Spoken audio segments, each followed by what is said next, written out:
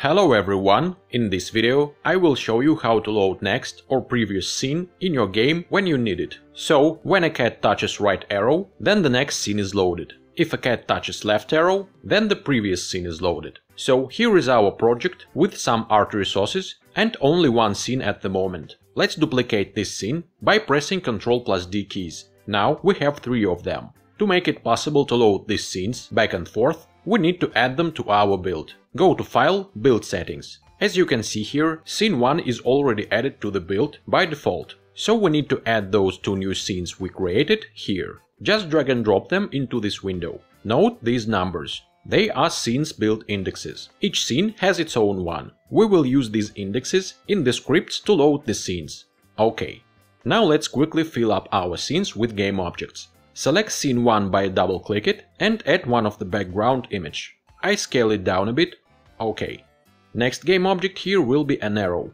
It appears behind the background. Set its order layer to some greater value and it will appear in front of it. Scale it down, bring it about here.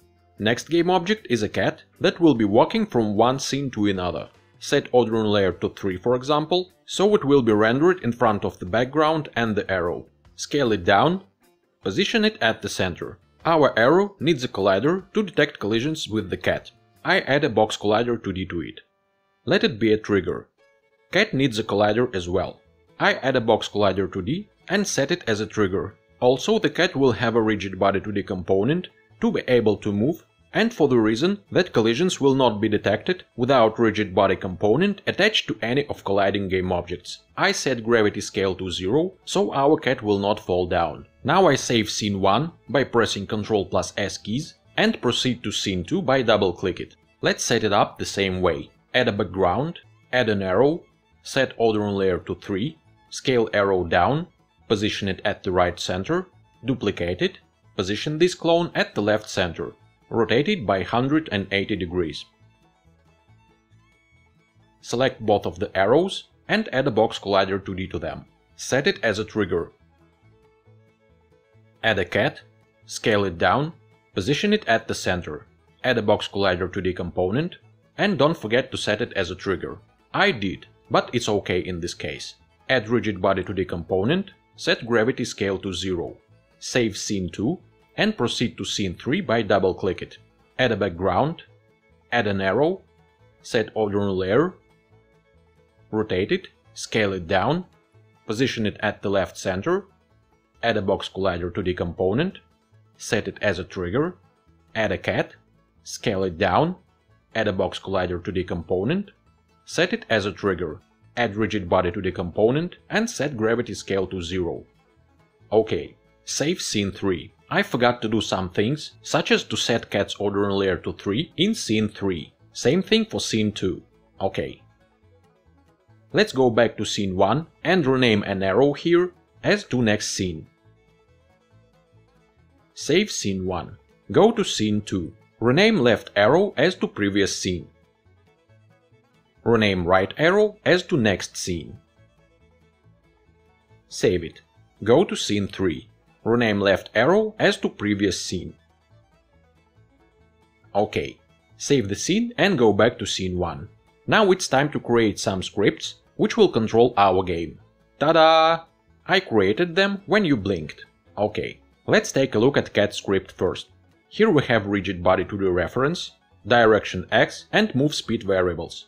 In start method we get that rigid body 2D component and set move speed to 5. In update method we check if left or right arrow button is pressed, and if it is, then we assign direction X variable, passing -1 or +1 value to it, multiplied by move speed. And as our cat is moved using physics, then we pass a velocity to cat's rigid body component in X direction in fixed update method. Pretty simple. To next scene script will be attached to next scene arrow. Here is this script. Script uses scene management library to control scene loading. Here we have next scene to load variable that is assigned in start method. Here we get build index of the current scene and add 1 to it. Let me show you. Scene 1 has build index equals to 0. So, to load the next scene, which has build index equals to 1, we need to increase this number by 1. OK. When cat collides with the arrow, Then on trigger enter to the method is invoked, and inside this method we load a new scene according to next scene to load value. That's it. Drag and drop cat script to cat, drag and drop to next scene script to right arrow.